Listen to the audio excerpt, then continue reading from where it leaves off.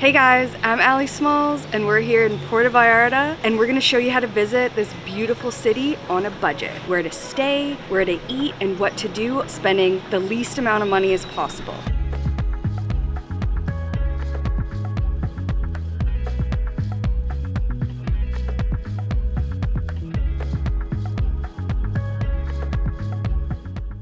First things first, where to stay in Puerto Vallarta on a budget. We chose Hotel Posada de Roger, and that's where we're staying for a few days right now. We got a room for $38 a night. This hotel has everything you need. It's got a pool, there's a couple of great rooftop areas, and the location is great. We're within 2 minutes of great bars, restaurants, 2 minutes to the beach. It's awesome.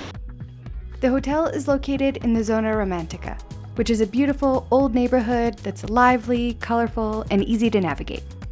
It's a no-frills hotel, small and quaint, but full of character. Another thing we loved about this hotel was the community kitchen. It's got everything you need to prepare your own meals, so you could save even more money by not eating out for every meal.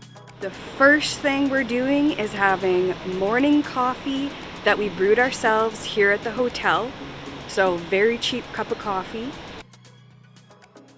After coffee, it's time for breakfast. And one of the best breakfast meals that you can get here happens to be one of the cheapest. Let me introduce you to birria tacos. Packed with flavor and meat, this breakfast offers great value. Mostly eaten in the morning or very early afternoon, birria is meat that's been slow cooked in a savory broth or stew and then served in corn tortillas. The meat is ultra tender and the whole flavor is just savory, smoky, tangy, and a little bit sweet. Shanfei is one of the most popular places in the Zona Romantica to grab birria tacos. And this spot is great because it's like a hybrid between a standing taco cart and a sit-down restaurant. Here the tacos were about 22 pesos each. Translated directly to economic breakfast, this is where you can get an inexpensive and delicious first meal of the day. It's definitely bare bones with only a few tables, but they have great Mexican food at an incredible price. A classic breakfast entree was about 50 pesos or $2.50, and a cup of coffee for about 75 cents. Only 2 blocks up from the Malecon, not far from the arches, you'll find El Banquito. It's more of a hole-in-the-wall spot, but super authentic and full of locals. We ordered the 3 birria tacos plus consommé for 50 pesos, and this was a ton of food for about $2.50 per person. This place is open from 9 a.m. to 5 p.m., so plan to visit for breakfast or lunch.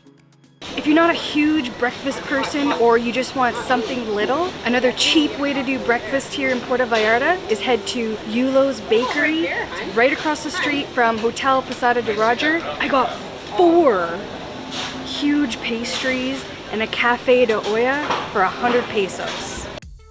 Also beside Yulo's, we found a vendor selling fresh fruit, which was perfect to balance out the pastries. For more breakfast options, visit my best breakfast guide to Puerto Vallarta on my travel blog. Now, as far as things to do, some of the best ways to experience this city will cost you very little to no money at all. There's several great hikes in the area. One of my favorite spots is the Hill of the Cross viewpoint. This takes you through cobblestone streets and through the beautiful neighborhoods as you climb to this viewpoint that overlooks not only the city, but the entire bay. I also recommend the free walking tour. It's about 2 to 3 hours long, and it's led by a certified guide who shares the incredible history of how Puerto Vallarta came to be, as well as important buildings and landmarks throughout the downtown area. The walking tour is completely free, but tips are appreciated. This is a great activity to do early on in your trip to get a sense of where things are located.